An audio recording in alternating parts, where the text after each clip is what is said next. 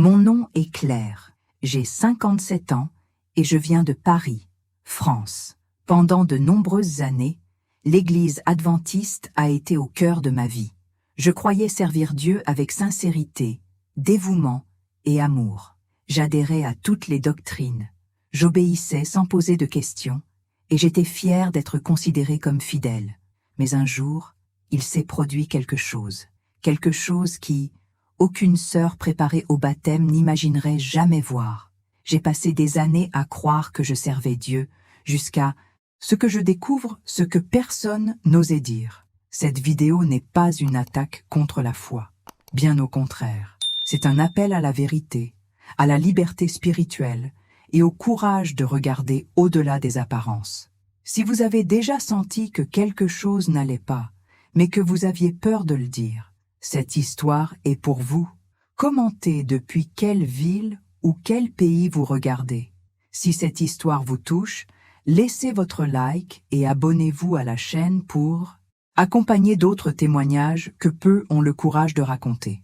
La première fois que j'ai entendu parler de l'Église adventiste du 7e jour, j'étais encore une jeune mère cherchant un sens à ma vie. Mon nom est fictif, bien sûr, mais je peux dire que cette histoire est vraie. Elle m'est arrivée, et elle arrive certainement à beaucoup d'autres en ce moment, en silence. J'habitais dans la banlieue de Lyon, une ville tranquille, et ma vie était rythmée par la routine habituelle. Les enfants, le travail et la quête constante de quelque chose de plus grand, de quelque chose qui donnerait un sens à l'existence. C'est pendant cette quête qu'une voisine m'a parlé de l'Église. Elle m'a invité à une conférence biblique. À ce moment-là, j'étais loin de me douter que j'allais entrer dans un monde qui allait tout bouleverser. La conférence portait sur la prophétie. Il parlait avec une telle assurance de la fin des temps, du sabbat comme véritable jour de culte, du mode de vie qui plaisait à Dieu. Cela m'a profondément touché. J'étais lasse de cette religiosité creuse. Là, tout semblait prendre sens. La Bible servait de base à tout, avec des textes et des explications qui me semblaient irréfutables. J'avais l'impression d'avoir enfin trouvé la véritable Église, celle qui suivait les commandements à la lettre, qui respectait la loi de Dieu telle qu'elle était écrite. C'était comme une redécouverte de quelque chose que je ne savais même pas que je cherchais. Je suis rentrée chez moi avec une paix que je n'avais pas ressentie depuis longtemps. Dès lors, j'ai commencé à assister régulièrement à des études bibliques. Ce que j'aimais le plus, c'était le mode de vie proposé. Une alimentation saine, l'observance respectueuse du sabbat et l'éducation biblique de mes enfants, tout cela m'a donné une orientation et une structure. En tant que mère et femme, je me sentais en sécurité au sein d'une communauté qui prônait le respect, l'obéissance et la maîtrise de soi. J'ai commencé à m'impliquer dans les services de l'Église, l'accueil, la chorale, puis le ministère des femmes. Mon temps était partagé entre les tâches ménagères, le travail et les programmes de l'Église. Je suis rapidement devenue une figure connue des membres. Les sœurs m'admiraient, les pasteurs me félicitaient, et j'étais moi-même fière d'être considérée comme un exemple. Je suis devenue ce que beaucoup appelleraient un bon adventiste. J'observais le sabbat avec zèle, mémorisais des passages bibliques et lisais les livres d'Ellen White comme s'il s'agissait de manuels sacrés. J'ai appris à réciter des passages entiers de la tragédie des siècles et j'en suis venue à la considérer comme une explication complète de l'histoire humaine. On m'a dit qu'elle contenait toute la vérité, que les adventistes étaient le reste fidèle de l'Apocalypse, le peuple que Dieu avait mis à part pour être la lumière de la fin des temps. Et j'y croyais. J'y croyais si fort que je regardais, même de travers quiconque remettait en question ou suivait une autre doctrine. Il y avait un sens constant du devoir et de la vigilance. Tout ce que je faisais, disais ou pensais devait être conforme aux principes de l'Église. Nous entendions des sermons mettant en garde contre la mondanité, le port de bijoux, la consommation de certains aliments et même le type de musique que nous écoutions. Ce n'était pas seulement une église, c'était une façon de vivre, de s'habiller, de penser, de respirer. Et lorsqu'on est si profondément ancré dans un tel système, le moindre doute devient culpabilité. La moindre question intérieure devient un péché caché. Mais au début, je ne voyais rien de tout cela comme une oppression. Au contraire, c'était comme si j'avais trouvé le bon chemin après des années d'égarement. Chaque samedi, à chaque lecture, à chaque prière avec les sœurs, je me sentais plus proche de Dieu. Du moins, c'est ce que je croyais. Je suis devenue une fervente défenseur de l'Église. J'en parlais à mes amis, à ma famille, et même à des inconnus. Je distribuais des tracts dans la rue, participais à des veillées, à des petits groupes, à des campagnes de jeûne et de prière. C'était comme si j'avais été choisie pour cette mission, et j'en étais fière. Cependant, avec le temps, j'ai commencé à remarquer de petites incohérences, des propos erratiques de responsables qui me mettaient mal à l'aise, des situations qui me faisaient me demander pourquoi la vérité devait être défendue avec tant de peur. Mais je réprimais ces sentiments. Il me disait que remettre en question était un manque de foi, que ceux qui doutent ouvrent la porte à l'ennemi. Alors je me taisais. Et plus je me taisais, plus je m'enfonçais dans la routine de l'Église, essayant d'étouffer toute pensée susceptible de m'éloigner de la communauté, qui jusque-là avait été tout pour moi. C'est ainsi que ma vie s'est complètement intégrée à l'Église adventiste. De l'extérieur, cela ressemblait à une belle histoire de foi et d'engagement. De l'intérieur, c'était un abandon total, qui, comme je le découvrirai plus tard, avait un prix très élevé. Mais à ce moment-là, je ne le voyais pas encore. J'ai simplement cru, j'ai suivi. Je me suis donné sans réserve, parce que je croyais faire la volonté de Dieu. Et c'est précisément cette confiance aveugle qui m'a empêché, pendant longtemps, de voir ce qui était caché sous mes yeux. Après quelques mois passés à étudier la Bible, à lire les écrits d'Ellen White et à participer aux réunions hebdomadaires, ma vie était complètement liée à la routine de l'Église. Rien d'autre ne se passait en dehors du calendrier adventiste. Je me réveillais chaque jour avec la Bible à côté de mon lit, et, avant même de me brosser les dents, je faisais mes dévotions matinales, prier, lire un passage de l'esprit de prophétie et méditer sur les Écritures. Cela me donnait la force d'affronter la journée et me donnait aussi le sentiment de plaire à Dieu dès les premières heures du jour. Après tout, la discipline spirituelle était pour nous le plus grand symbole de la foi. Le mercredi soir, j'avais des services de prière, et je les manquais rarement. Le dimanche matin, j'assistais à l'école missionnaire et aux activités du département. Le vendredi soir était un moment sacré à la maison. Nous nous préparions avec le plus grand soin pour le coucher du soleil du samedi. La table était dressée avec soin, nous chantions un cantique, lisions un passage biblique et récitions une prière spéciale pour accueillir le sabbat. Rien ne devait être laissé au dernier moment. La maison devait être nettoyée à l'avance, les repas préparés sans cuisson le samedi, et aucun vêtement n'était lavé ni repassé pendant ce jour saint de repos. Observer le sabbat était plus qu'un commandement. C'était un mode de vie qui définissait qui était véritablement fidèle. Le samedi matin, la routine commençait tôt. Nous nous réveillions tous enthousiastes, enfilions nos vêtements les plus appropriés, sans paillettes, sans décolleté, toujours discrets, et allions à l'église en famille. L'école du sabbat était comme un cours de foi. Chaque leçon était étudiée avec assiduité, et il régnait une sorte de compétition entre les membres pour savoir qui connaissait le plus de textes par cœur ou répondait le mieux aux questions.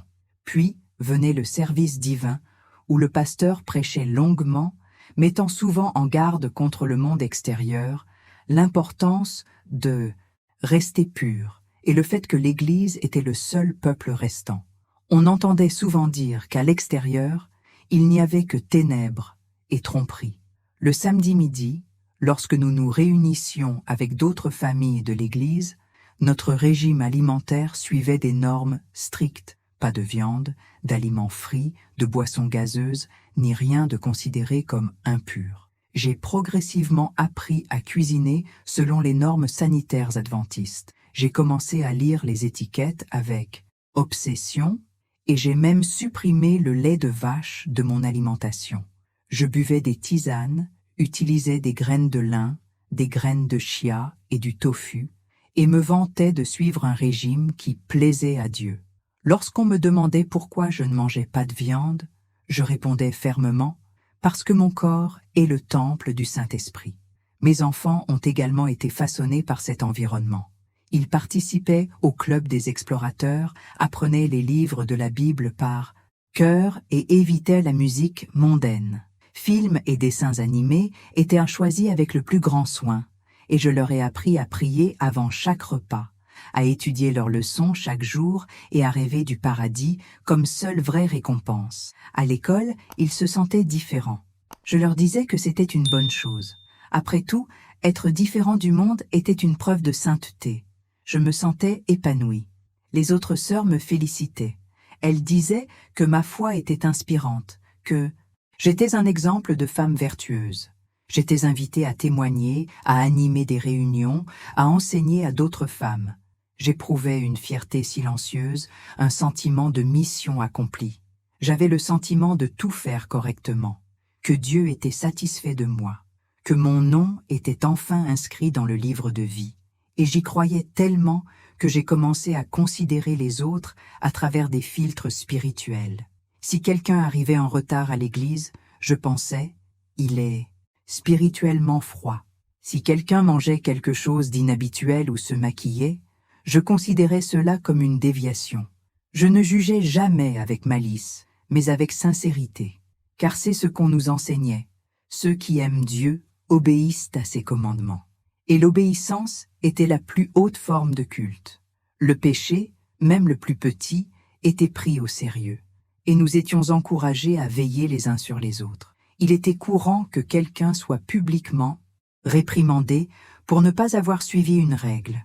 Cela causait de l'embarras, mais servait aussi d'exemple. Personne ne voulait être perçu comme tiède ou égaré. Au fil du temps, j'ai perdu le fil de mon identité et de ma doctrine. Je respirais l'Église. Tout en moi était lié à l'institution. Mes amis, mes activités, ma façon de penser, mes décisions personnelles, tout était soumis à l'examen minutieux de ce qui était acceptable au sein de l'adventisme. Il n'y avait pas de place pour la remise en question. Quiconque posait trop de questions était considéré comme un rebelle. Quiconque critiquait un point de doctrine était traité avec suspicion.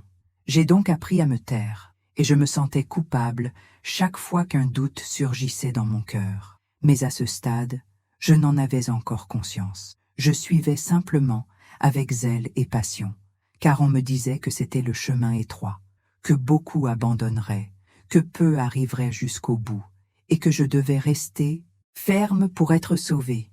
Alors, je luttais chaque jour contre moi-même, contre ma volonté, mes pensées, mes sentiments les plus humains. C'était comme si je devais m'anéantir pour être approuvé par Dieu. Et, étrangement, cela me rendait fier, car au sein de l'Église, plus on se renie, plus on est élevé en tant que croyant.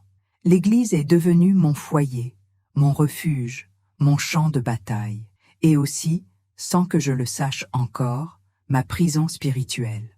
Tout a commencé par une invitation simple, presque informelle, mais qui m'a rempli d'honneur. « Ma sœur, nous aimerions que vous nous aidiez au bureau de l'Église. » J'étais déjà active dans les services, aidant aux réunions de femmes, à la cuisine lors d'événements et même lors de visites missionnaires. Mais cette fois, c'était différent. Désormais, je ferais partie de la structure interne. J'aurais accès aux coulisses. Je serais, comme on me l'avait dit, les yeux et les mains du pasteur. J'ai accepté avec joie. J'ai senti que c'était un appel de Dieu, qu'il me confiait davantage de responsabilités en raison de ma fidélité. Au début, tout me semblait plus fastidieux. Organiser des listes, préparer des rapports, maintenir l'ordre et la propreté. Mais petit à petit, j'ai commencé à comprendre ce qui se cachait derrière ce zèle excessif. C'était comme s'il existait un autre niveau de l'Église, caché aux yeux des fidèles ordinaires. Un niveau où les décisions ne venaient pas du Saint-Esprit, mais des intérêts, des peurs et des convenances humaines. J'ai commencé à recevoir des instructions étranges, comme interdire à certaines personnes d'assister aux réunions parce qu'elles étaient sous observation, même si elles n'avaient rien fait. J'ai commencé à consigner les absences plus rigoureusement, car cela se reflétait négativement dans les rapports au siège. On m'a demandé de ne pas tenir compte des demandes d'aide de certaines familles, car elles avaient déjà trop reçu d'aide et devenaient dépendantes de l'Église. Chaque jour, un nouveau détail. Chaque semaine, un poids plus lourd sur mes épaules. Et avec les instructions, il y avait ce rappel. N'en parle à personne. Au début, j'ai cru que c'était simplement de la prudence, mais cette phrase est devenue un mantra. N'en parle pas. Ne pose pas de questions. Ne pose pas de questions. J'ai donc commencé à apprendre que servir de près signifiait voir ce que les autres ne pouvaient pas voir et garder le silence sur ce que personne ne pouvait dire. Des rumeurs circulaient en coulisses sur des personnes punies sans préavis, des familles qui d'une semaine à l'autre disparaissèrent de l'Église sans que personne n'explique pourquoi. Des fidèles de longue date n'étaient plus invités à prier ou à chanter, et quand on leur posait la question, la réponse était toujours vague. Mieux vaut ne pas s'en mêler. Et j'obéissais, car là-bas, silence était synonyme de loyauté. Le plus étrange, c'est quand on m'a demandé de suivre une affaire disciplinaire concernant une jeune femme. Elle aurait été vue en train de se promener avec un garçon mondain en ville. Rien ne s'est passé. Il n'y a pas eu de péché. Aucune transgression n'a été prouvée. Pourtant, elle a été convoquée dans le bureau du pasteur et a reçu un sévère avertissement. J'étais là à servir le thé et à noter les conseils, et j'ai vu son expression, un mélange d'humiliation et d'incrédulité. Lorsqu'elle est partie, l'un des responsables a dit « Ces fils doivent être maîtrisés. Si on ne les arrête pas maintenant, leurs âmes seront perdues plus tard. » Et je me suis tue. Petit à petit, mon cœur s'est divisé. Une partie de moi voulait continuer à croire que tout était pour le mieux, qu'il y avait un but spirituel à chaque action. Mais une autre partie commençait à ressentir un malaise sourd, une agitation qui m'empêchait de dormir. Je regardais ces frères et sœurs que j'admirais tant et je me demandais, est-ce vraiment ainsi que Dieu agit, à huis clos, avec peur, honte et silence imposé? J'ai commencé à éviter de poser des questions. Même parmi mes amis les plus proches, je me suis rendu compte qu'il y avait des sujets tabous. Si quelqu'un mentionnait quelque chose d'étrange, une réprimande s'ensuivait aussitôt. On ne devrait pas en parler. Ou pire, c'est l'œuvre de l'ennemi. Il veut semer le doute. Alors j'ai commencé à ravaler mes doutes, à masquer mes questions, à sourire quand intérieurement, quelque chose me criait. Et à chaque nouvelle invitation à plus de responsabilité, je me sentais davantage observé, poussé à toujours manifester ma satisfaction. Car là-bas, servir signifiait sourire, même quand on se brisait intérieurement. Il y a eu un moment décisif. Un samedi après-midi, après un conseil régional, le pasteur du siège a convoqué quelques sœurs pour une réunion d'évaluation. J'étais parmi elles. Nous avons baissé les rideaux, coupé les micros, et à l'intérieur, j'ai entendu de vives critiques envers les membres de l'église locale, sur leur tenue vestimentaire, leur façon de parler, et même sur des problèmes familiaux que personne ne devrait connaître. J'ai eu honte. Comment pouvait-il parler avec un tel mépris de personnes qu'on appelait publiquement frères? L'un des responsables a commenté « Nous devons préserver l'image de l'Église. On ne peut pas tout traiter avec miséricorde. » Et à cet instant, quelque chose en moi s'est brisé. Je n'arrivais plus à bien dormir. Ce qui était autrefois routine et joie s'est transformé en lourdeur et en agitation. J'ai commencé à comprendre que, derrière la douce musique et les sourires des offices, se cachait un réseau de contrôle, de jugement et de silence. C'était comme s'il y avait une version de l'Église à montrer, et une autre à cacher. Et plus je servais près de moi, plus j'en voyais. Et c'est là que j'ai compris la phrase qui ne me quittait plus la tête. Là-dedans, plus on s'approche, plus on réalise ce qu'on ne peut pas dire. Je ne me sentais plus libre, je me sentais prisonnière d'un voile de sainteté, tandis que mon âme pleurait intérieurement. Je ne savais pas à qui en parler. Je ne savais pas si le problème venait de moi. J'ai commencé à demander pardon à Dieu d'avoir vu ces choses. Et j'ai commencé à me sentir pécheresse, simplement parce que je voulais connaître la vérité. Je me souviens de cette date, avec une clarté effrayante. C'était un samedi qui aurait dû être comme tous les autres. Louanges, leçons, accolades entre frères. Le temple était plein, le soleil brillait à travers les vitraux, créant une atmosphère apaisante, même si mon cœur était déjà agité. Mais ce jour-là, quelque chose s'est produit, quelque chose qu'aucune louange n'a pu masquer, quelque chose qui, encore aujourd'hui, me coupe le souffle rien qu'à essayer de m'en souvenir. Ce matin-là, j'aidais à organiser la plateforme. J'étais chargée de distribuer les cantiques imprimés et de vérifier les noms des participants.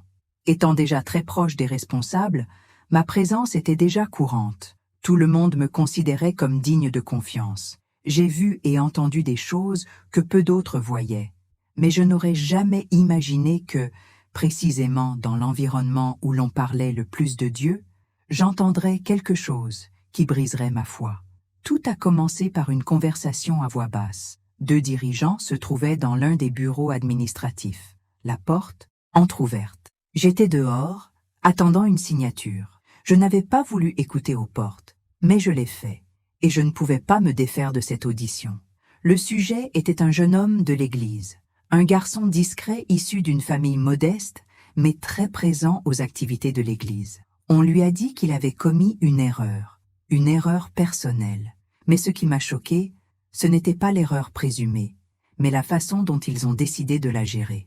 L'un des chefs dit « Ce n'est pas le fils d'un aîné, ni issu d'une famille influente. Nous pouvons le dénoncer, le punir en public. Cela servira d'exemple. » L'autre acquiesça simplement. « Et nous devons faire preuve de fermeté. Sinon ces jeunes perdront le respect. » Mon cœur se glaça.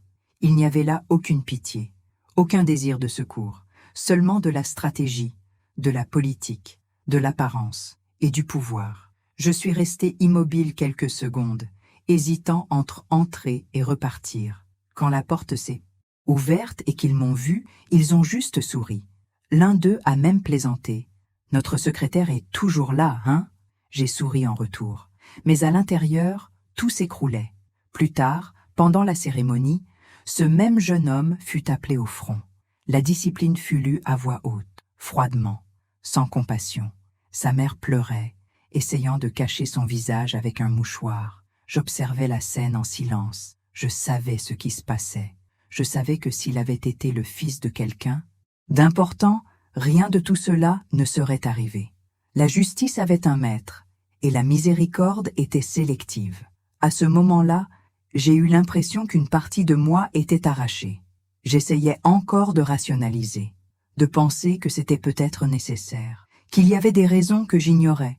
Mais plus j'essayais de me justifier, plus la douleur s'intensifiait, parce que je savais, et il était irréparable de voir et d'entendre ce que j'avais vu et entendu. J'ai quitté la cérémonie, les yeux baissés. J'évitais de parler aux gens. De retour chez moi, je me suis enfermée dans ma chambre et j'ai pleuré comme je n'avais pas pleuré depuis longtemps. Ce n'était pas seulement de la tristesse, c'était un profond sentiment de trahison. J'avais tout donné, mon temps, ma foi, mon énergie. Et en retour, j'ai découvert du calcul, de la manipulation, et la certitude que si jamais cela m'arrivait, il n'y aurait aucune pitié. À partir de ce moment, plus rien ne fut comme avant. Les hymnes n'avaient plus le même ton. Les prières semblaient répétitives. Les paroles prononcées en chair n'avaient plus de poids. Quelque chose s'était brisé, et c'était irréversible.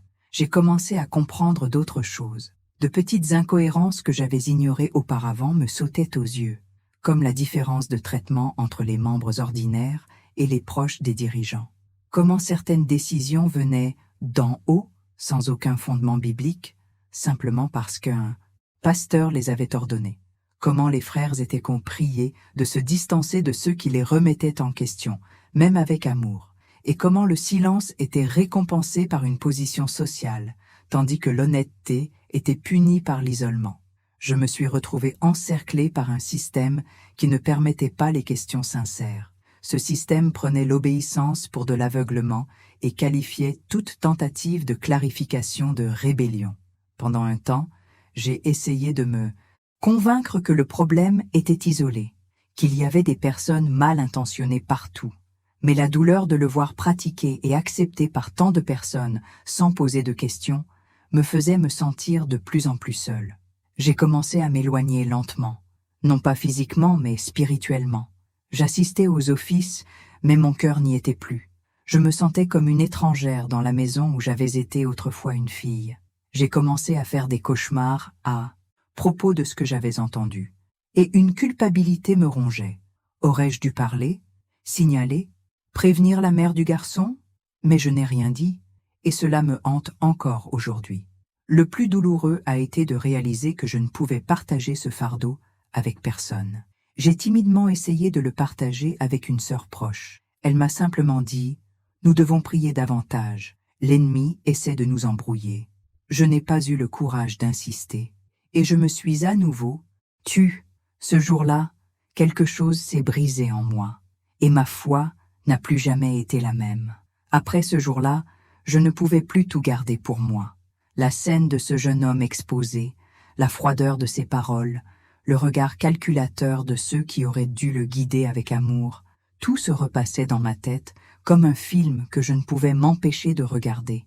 J'essayais de prier, j'essayais de jeûner, j'essayais de faire comme si ce n'était qu'une crise spirituelle, quelque chose qui passerait vite. Mais la douleur ne faisait que grandir, et avec elle, le besoin de partager, de poser des questions, de comprendre si ce que je ressentais était vraiment si mal. C'est alors que j'ai cherché une sœur dont je m'étais toujours sentie plus proche, quelqu'un de mûr, de priant, respecté dans l'église, quelqu'un qui disait toujours qu'on pouvait compter sur elle pour tout. J'ai attendu d'être seule et, le cœur lourd, j'ai commencé à parler. Je n'ai accusé personne. Je n'ai cité aucun nom. J'ai simplement dit que j'étais perdue, que quelque chose me tracassait profondément et que j'avais besoin de conseils. Mais ce que j'ai reçu en retour n'était pas de l'acceptation. C'était une correction, des yeux écarquillés, un soupir inquiet, et une phrase que je n'oublierai jamais. « Ma sœur, fais attention, tu es tentée. » À ce moment-là, je me suis sentie petite, comme si le simple fait d'exprimer ma douleur était un signe de faiblesse spirituelle. Elle a continué. « Voici comment l'ennemi entre, par le doute, par les murmures, par les critiques subtiles. Vous ne vous en rendez pas compte, mais vous donnez à Satan un refuge. » J'ai essayé de m'expliquer. J'ai dit que ce n'était pas une critique, mais une véritable angoisse, que j'essayais de comprendre, non de juger. Mais elle ne m'écoutait plus avec son cœur, seulement avec le zèle aveugle que l'institution nous enseigne. Un zèle pour maintenir la structure, pas pour les gens. Un zèle pour protéger ceux qui, dirigeants, pas ceux qui souffrent. Prier davantage, jeûner davantage, et n'en parler à personne. Dieu exige le silence et l'obéissance. Ce furent ses derniers mots avant de se lever et de mettre fin à la conversation. Je suis reparti plus mal qu'à mon arrivée. Pour la première fois, j'ai compris ce que signifiait être réduit au silence spirituel, non pas par des cris, mais par des dogmes, par des phrases toutes faites, par des versets qui servaient de mur pour empêcher toute réflexion. J'ai pleuré seul dans la voiture, me sentant comme la pire des créatures, car, en plus d'être confus, je me sentais aussi coupable de l'être. Cette semaine-là, quelque chose d'étrange a commencé à se produire. Certaines sœurs ont cessé de m'appeler comme avant. Ces petites réunions de prière dans les foyers, où je m'invitais toujours, ont commencé à se dérouler à mon insu. L'une d'elles m'a même dit, avec un petit sourire, « Nous vivons une période spirituelle différente, vous savez, en quête de plus, de sainteté. Peut-être avez-vous besoin d'un peu de temps pour réfléchir. » C'était comme si, d'un instant à l'autre, j'étais devenu un fardeau, un exemple de ce qu'il ne faut pas être. Et tout cela sans que j'aie rien fait d'autre que d'essayer de comprendre ce que je voyais. J'ai envisagé de consulter un ancien, un membre de la direction, mais la peur me paralysait. Je savais déjà comment je serais reçu. J'imaginais déjà les regards, le discours préparé, les rejets de responsabilité. Je l'avais entendu tant de fois dans les sermons. Ceux qui murmurent contre le peuple de Dieu tombent dans le désert. L'ennemi commence toujours par semer le doute chez les élus. Le silence est la preuve de la maturité spirituelle. Chaque jour, je me sentais davantage coupable, non pas d'avoir péché, mais de ne plus pouvoir croire avec la même innocence qu'avant. Et dans cette logique, c'était presque un crime, un péché inavoué, une rébellion silencieuse contre l'autel. J'ai commencé à m'isoler. Non pas intentionnellement, mais parce que je réalisais que mes questions étaient gênantes. Même quand j'essayais d'être discret, quand je posais des questions comme si je voulais juste comprendre la parole, il y avait toujours un mur. Vous n'êtes pas pasteur pour remettre cela en question. C'est comme ça parce que ça a toujours été comme ça. Dieu a révélé cela à ses serviteurs et nous l'avons simplement suivi. À chaque réponse de ce genre, c'était comme si on me posait une nouvelle pierre sur la poitrine. J'aurais juste voulu que quelqu'un me dise « Je te comprends. Moi aussi, je sens que quelque chose ne va pas. » Mais personne ne disait rien. Ou, s'ils le faisaient, ils gardèrent le silence. La même peur les tenaillait. Je me souviens d'une nuit particulière où, désespérée, je suis rentrée dans ma chambre et me suis agenouillée dans le noir. En pleurant, j'ai prié « Seigneur, si c'est moi qui ai tort, corrige-moi. Mais si cette douleur vient de toi, montre-moi ce que je dois faire. » Et c'est cette nuit-là que j'ai réalisé quelque chose de profond. Je demandais pardon d'avoir eu le sentiment que quelque chose n'allait pas. Moi, la blessée, la confuse, la chercheuse de vérité, je demandais pardon de ne pas pouvoir m'intégrer dans une structure qui étouffait les questions et récompensait l'aveuglement. Et lorsque j'ai compris cela, une nouvelle douleur est apparue. La prise de conscience qu'en moi, la foi ne reposait pas sur la liberté, mais sur la peur, que l'amour était conditionné, que la spiritualité se mesurait à la capacité de garder le silence, et que le Saint-Esprit, celui qui nous guide vers toute vérité, n'avait aucun endroit où la vérité fût interdite d'être dite. J'ai continué à assister aux offices, j'ai chanté les cantiques, je me suis assise sur les mêmes bancs, mais mon cœur était déjà ailleurs, un lieu de guerre, de conflit intérieur, de nuit blanche, car désormais, je ne souffrais plus seulement de ce que j'avais vu, mais du silence forcé qu'on m'imposait, de la culpabilité qu'on m'imposait comme une discipline, de la honte d'être quelqu'un qui osait penser. Petit à petit, j'ai réalisé que beaucoup d'autres sœurs avaient aussi le regard triste. Certaines évitaient certains sujets, d'autres soupiraient et changèrent de sujet. J'ai commencé à réaliser que je n'étais pas la seule, mais elles avaient toutes peur. Peur de parler, peur de perdre leur poste, peur d'être perçues comme faibles dans la foi, ou pire, comme des rebelles. À l'intérieur, la vérité était dangereuse, et ceux qui la percevaient étaient incités à garder le silence au nom de la paix, de l'unité et de la sainteté. J'ai été réduit au silence par des vers. J'ai été réprimandé par des sourires diplomatiques. J'ai été repoussé par des invitations qui n'arrivaient plus. Et plus je restais silencieux, plus mon esprit hurlait intérieurement. Car la pire prison qui soit est celle qui paraît sainte de l'extérieur, mais qui, à l'intérieur, vous tue silencieusement. Les jours commençaient à s'éterniser. Je continuais d'assister aux offices, de chanter les cantiques, de participer aux activités des différents services, mais intérieurement, je m'effondrais. Cette agitation, qui n'était auparavant qu'une gêne silencieuse, était devenue un poids insupportable. Je me réveillais en repensant à tout ce que j'avais vu et entendu. Je m'asseyais sur les bancs de l'église, la gorge serrée, et de retour, chez moi, je pleurais en cachette pour que personne ne me voie. C'était comme si deux forces se combattaient en moi. L'une me pressait d'ouvrir les yeux, l'autre de les garder fermés. J'ai commencé à craindre mes propres pensées. Si un doute surgissait, je me précipitais pour demander pardon. Je passais des heures à genoux dans ma chambre à dire « Seigneur, pardonne-moi. Je ne veux pas douter. Je ne veux pas blasphémer. Je veux juste comprendre. » Mais chaque prière me semblait une excuse. D'exister. Ce n'était plus une conversation avec Dieu. C'était une tentative désespérée de me libérer de la culpabilité que l'Église avait placée en moi. J'avais appris, dès mon plus jeune âge, qu'obéir, c'était aimer, que remettre en question était un signe de rébellion, et que la rébellion était comparée à de la sorcellerie. Lors des offices religieux, j'entendais des sermons répéter que l'ennemi lance des flèches de doute sur les élus et que les murmures contre les oints sont des murmures contre Dieu lui-même. Cette idée était tellement ancrée en moi que lorsque quelque chose n'avait pas de sens, je ne pouvais pas simplement réfléchir. Je me punissais mentalement. Au début, je pensais que ce n'était qu'une épreuve spirituelle, que Dieu testait ma fidélité. J'ai commencé à jeûner davantage, à lire davantage de chapitres de la Bible, à mémoriser davantage de versets.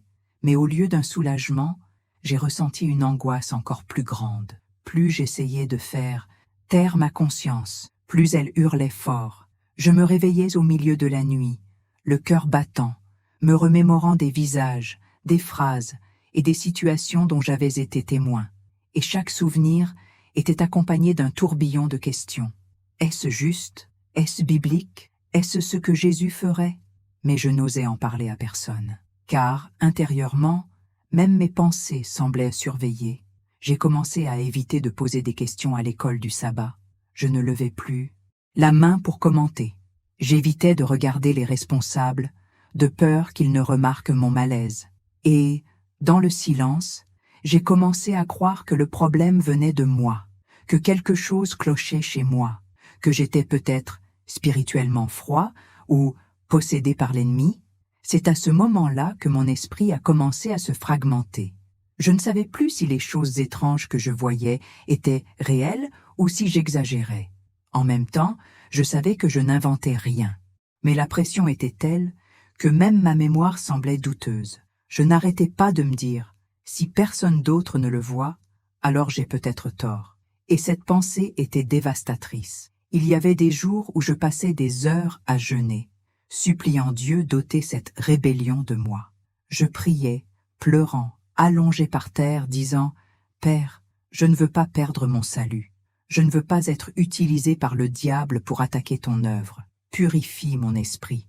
Pardonne-moi de penser ce que je pense. » Et, au fond de moi, une voix murmurait « Et si ce n'était pas le diable? Et si c'était la vérité qui essayait de t'ouvrir les yeux ?»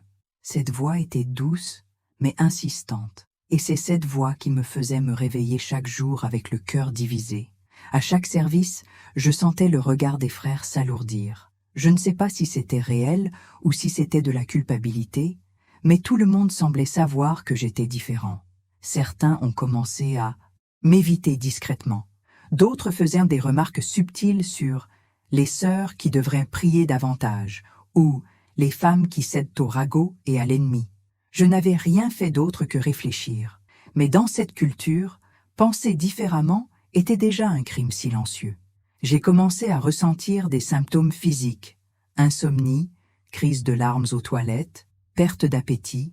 Je me sentais comme dans un désert spirituel, entouré de gens, mais complètement seul.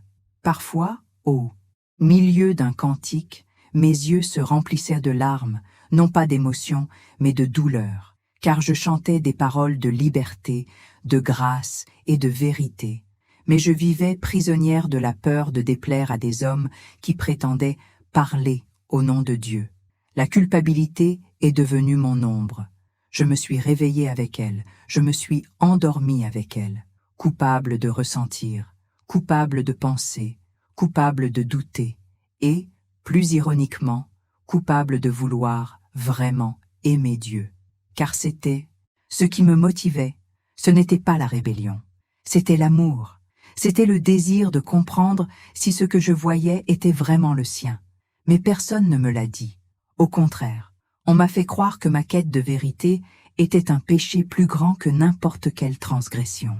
Je me souviens du jour où cette prise de conscience m'a frappé comme un éclair. Je priais, une fois de plus, demandant pardon pour mes doutes, quand les mots me sont venus d'eux-mêmes. Je pensais que douter était un péché, mais ignorer la vérité faisait encore plus mal. En disant cela, un frisson me parcourut. C'était comme si une clé s'était enclenchée en moi. J'avais enfin nommé ce qui me rongeait. Ce n'était pas le doute, c'était la douleur. Ce n'était pas la rébellion, c'était la conscience. Et à cet instant, je réalisais que je ne péchais pas seulement contre l'Église. Je me trahissais moi-même. Je trahissais mon âme chaque fois que je ravalais le silence pour être accepté. Cette phrase est devenue une sorte de jalon. À partir de ce moment, j'ai commencé à m'observer avec un peu plus de compassion. J'avais encore peur, je me sentais toujours prisonnière, je ne savais toujours pas quoi faire, mais je ne me détestais plus autant de douter, car j'avais compris que le doute n'était pas mon ennemi. Le mensonge, lui, l'était, et j'ai silencieusement commencé à sortir de cette prison mentale, après avoir commencé à être plus silencieux lors des études bibliques, à éviter les questions et à afficher une attitude plus réservée. Mon entourage a également commencé à se comporter différemment. Ce n'était pas soudain. Il n'y a pas eu de réunion formelle, de correction directe, ni de réprimande explicite. Non. Ce qui m'est arrivé était bien plus subtil et plus douloureux. C'était comme si j'étais lentement effacé d'un lieu qui prétendait accueillir les enfants de Dieu. Avant, on faisait appel à moi pour tout. Planification de réunions, d'événements, visites missionnaires, petits groupes. Mes frères et sœurs dans la foi venaient me voir pour prier ensemble, me demander conseil et même se confier à moi sur des sujets délicats. Il y avait un sentiment d'appartenance, un réseau de soutien, une chaleur humaine. Même si souvent forcée, c'était toujours mieux qu'une absence totale. Mais après m'avoir vu devenir plus introspectif, moins enthousiaste, moins participatif, ils ont commencé à me considérer différemment. Il n'y avait pas d'hostilité directe, mais les exclusions étaient claires. Un groupe se réunissait pour planifier quelque chose, et je ne l'apprenais que quelques jours plus tard. Une répétition était programmée, et personne ne me prévenait. On partageait un goûter, et soudain, je n'étais plus invité à participer. Petit à petit, j'étais exclu de tout ce à quoi j'avais participé auparavant, et il n'y avait aucune explication claire. Personne ne disait « tu es viré », mais tout le monde faisait comme si je n'étais plus là. C'était comme si j'étais devenu invisible. J'arrivais le samedi, m'asseyais sur le même banc que d'habitude, saluais les passants, mais ne recevais que des sourires en coin, des regards fuyants et des accolades froides. J'avais l'impression qu'on parlait de moi dans mon dos, me qualifiant de spirituellement froid, troublé, en procès. Je le voyais dans leurs yeux, dans leurs murmures, dans leur distance. La plus grande douleur n'était pas le rejet explicite, c'était l'effacement lent, silencieux et impitoyable, une sorte de mort sociale au sein même du temple. J'ai commencé à remarquer que plus personne ne m'appelait pendant la semaine. Plus personne ne m'incluait dans les groupes de prière en ligne. Plus personne ne me demandait d'aide ou de conseils. J'avais cessé d'exister, et personne ne semblait s'en apercevoir. J'ai été peiné de constater que beaucoup de ceux qui m'appelaient autrefois « chère sœur » ne connaissaient même plus mon nom. D'autres évitaient de croiser mon regard. Et les rares qui parlaient encore utilisèrent des phrases toutes faites comme « Nous prions pour toi. Ne te décourage pas. Dieu est aux commandes. Peut-être devrais-tu te consacrer à nouveau ?» Mais aucun de ces mots n'était accompagné d'une écoute sincère, d'une empathie ou d'une main tendue. Ce qui m'a le plus blessé, c'était de voir que, dans cette communauté, si l'on ne suivait pas le mouvement, on était laissé pour compte. Il n'y avait pas de place pour le doute, les questions, ni le silence. Et c'est précisément dans ce silence qu'ils m'ont tué. Ils ne m'ont pas chassé avec des mots, ils m'ont effacé avec le silence. Cette phrase résonnait dans ma tête à chaque retour de l'église, avec l'impression d'être un simple corps dans un environnement qui ne me voyait plus comme une âme. Je passais des heures devant le miroir, à essayer de comprendre si quelque chose clochait physiquement, si mon visage trahissait quelque chose, si je donnais une mauvaise impression.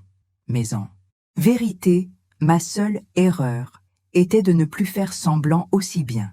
Et le pire, c'est que j'ai commencé à croire que je méritais cet isolement, que j'étais vraiment un fardeau, un problème, un risque de contamination spirituelle. Après tout, c'est ainsi qu'ils traitaient ceux qui pensaient indifféremment. Je n'étais pas la première. J'avais vu d'autres sœurs disparaître d'un instant à l'autre sans que personne ne s'enquière d'elles. Sur le moment, je pensais qu'elles avaient tort. Aujourd'hui, je comprends la douleur qu'elles ont endurée. Les dimanches après-midi, autrefois remplis de réunions, de rencontres et d'appels téléphoniques, sont devenus vides. Mon portable a cessé de sonner. La messagerie de groupe est devenue de plus en plus silencieuse. On ne m'annonçait plus la bonne nouvelle. J'ai commencé à ressentir davantage de communion avec Dieu, seul dans ma chambre, qu'entre ces 4 murs qu'on appelait un temple. Et c'est dans ce désert que j'ai commencé à entendre quelque chose de nouveau. Au lieu des exigences des hommes, j'ai commencé à entendre la douce voix de ma conscience. Et elle me disait « Tu n'es pas folle, tu n'es pas seule, tu vois simplement ce que beaucoup ont peur de voir. » Je ne me suis pas éloignée de l'Église. J'en ai été peu à peu repoussée, d'abord émotionnellement, puis socialement, jusqu'au jour où j'ai réalisé que, même si j'étais là, j'avais déjà été exclue.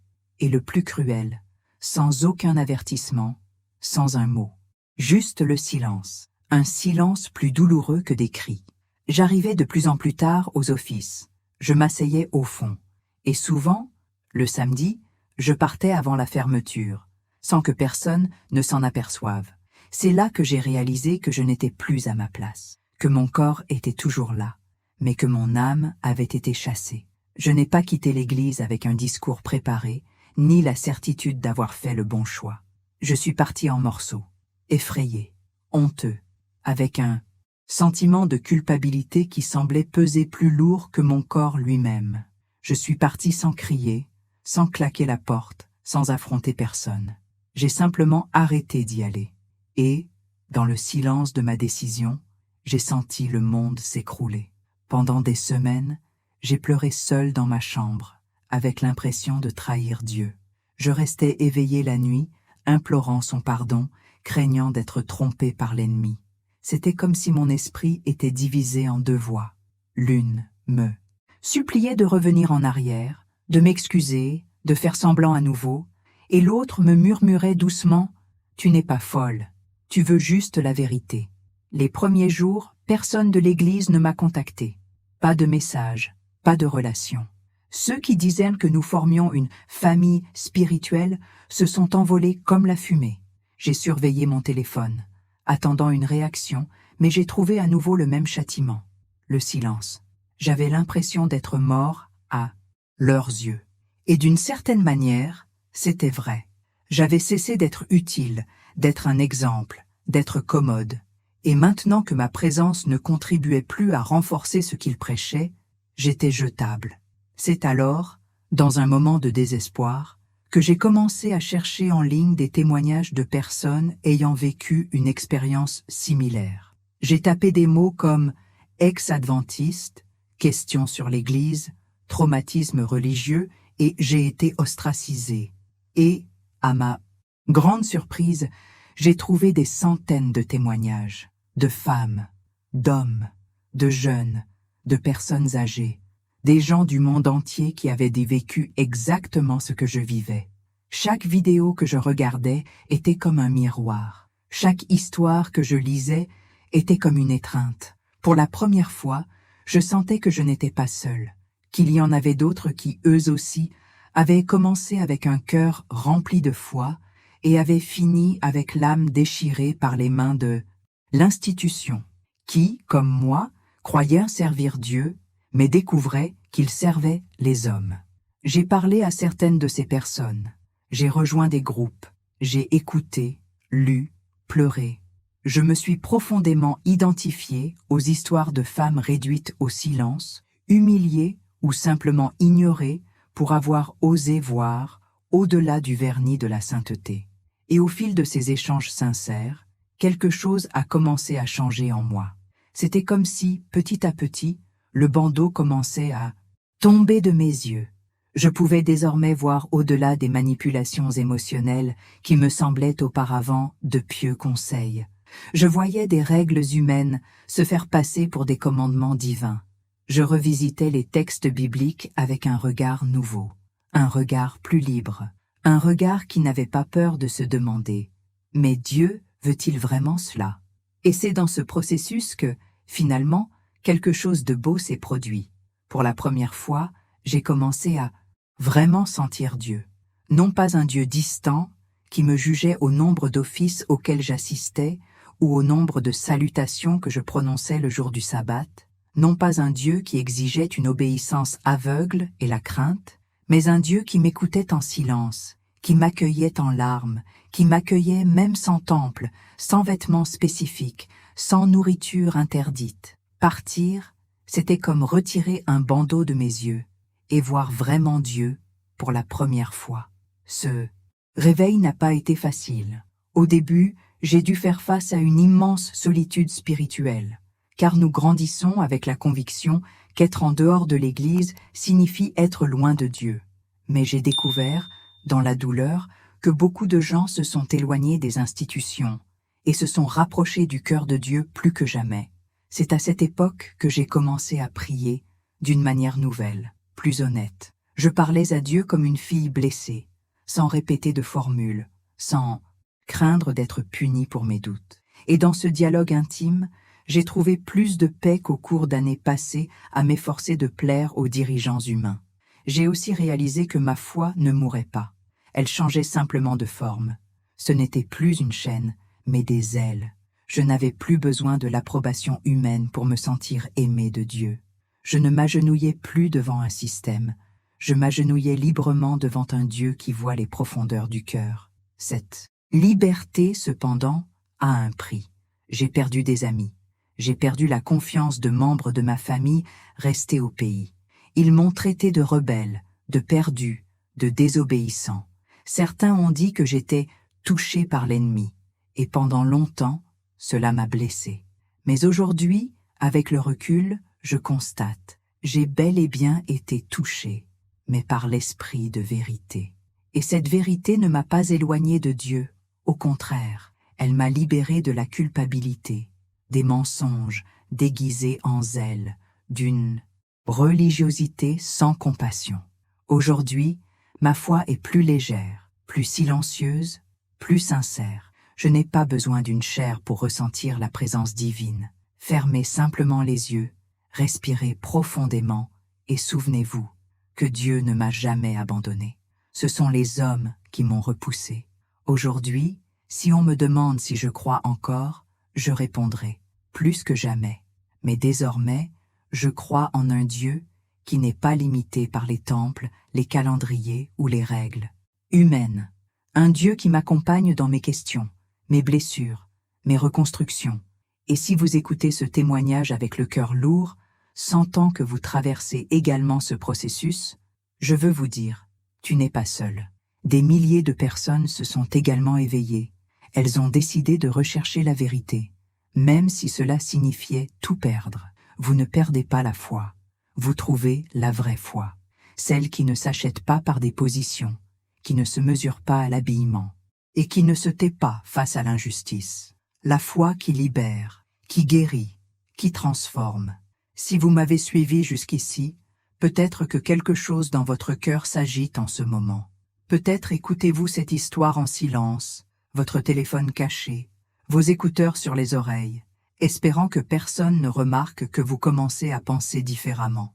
Peut-être êtes-vous encore à l'intérieur, participant encore, essayant encore de croire que le problème vient de vous, que l'erreur réside dans votre foi, votre obéissance, votre faiblesse spirituelle.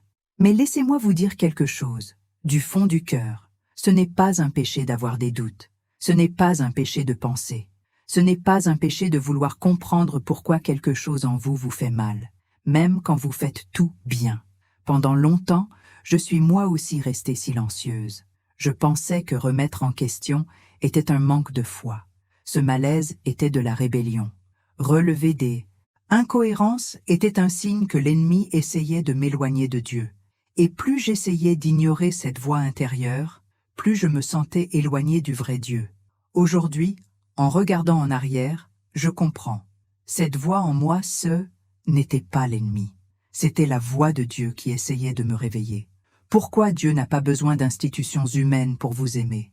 Il veut votre liberté. Oui, la liberté. Liberté de pensée, de sentiment, d'expression. Liberté de rechercher la vérité sans crainte. Liberté d'aimer Dieu sincèrement, sans crainte de châtiment. Liberté de suivre Jésus, sans organisation. Peut-être que vous écoutez tout cela en ce moment, le cœur brisé. Je sais, Je suis passé par là. Entendre une histoire comme celle-ci, ressentir un mélange de douleur, de soulagement et de peur, comme si, soudain, quelqu'un mettait des mots sur tout ce que vous aviez gardé en vous pendant si longtemps. Je ne vous connais pas, je ne sais pas votre nom, ni d'où vous m'entendez, mais je sais ce que vous ressentez. Je sais ce que c'est que d'aimer sincèrement Dieu, et pourtant de se sentir perdu au milieu d'une structure qui exige l'obéissance aux hommes plus que l'intimité avec le Créateur. Je sais combien il est douloureux d'être jugé pour ses pensées, combien il est blessant d'être traité de rebelle simplement parce qu'on a osé voir au-delà des apparences. Mais je veux vous rappeler, votre foi ne dépend pas de l'acceptation des autres, et encore moins de l'approbation des chefs religieux. Votre foi est une affaire entre vous et Dieu. C'est tout. Et si aujourd'hui, en entendant ce témoignage, vous avez ressenti une douleur intense, peut-être est-ce Dieu qui vous appelle à un nouveau chemin? Pas un chemin facile, mais un chemin de guérison, de reconnexion avec lui. Un chemin où vous pouvez respirer sans peur, parler sans culpabilité, aimer sans avoir à le mériter. Bien sûr, je ne suis pas là pour vous dire quoi faire. Ce choix vous appartient. Vous seul savez ce que vous avez vécu là-bas. Vous seul connaissez votre cheminement.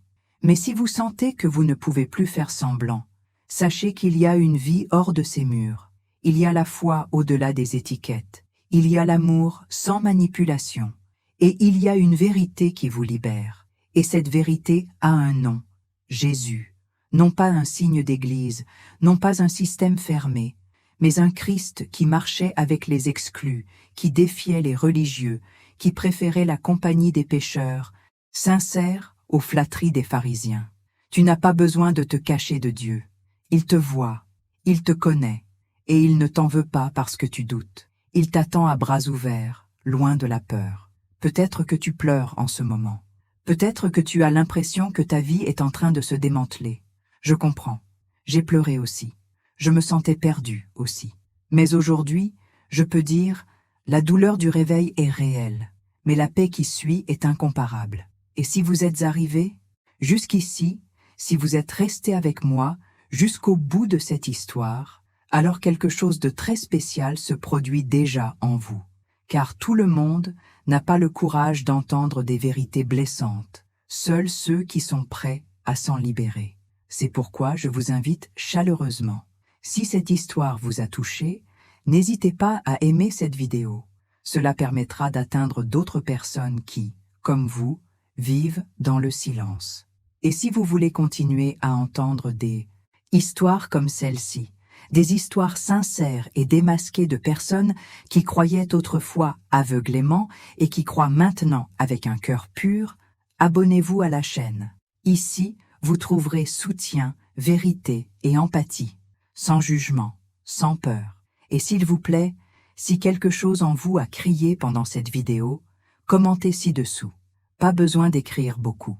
Dites simplement « J'avais aussi le sentiment que quelque chose n'allait pas, mais j'avais peur de parler. » Cette simple phrase pourrait être le début de votre libération. Elle pourrait aussi aider quelqu'un qui se sent seul, car lorsqu'une femme a le courage de raconter son histoire, elle donne aux autres la permission de la raconter aussi. Et ensemble, nous reconstruisons une foi sans entrave, une foi qui libère, qui accueille, qui guérit.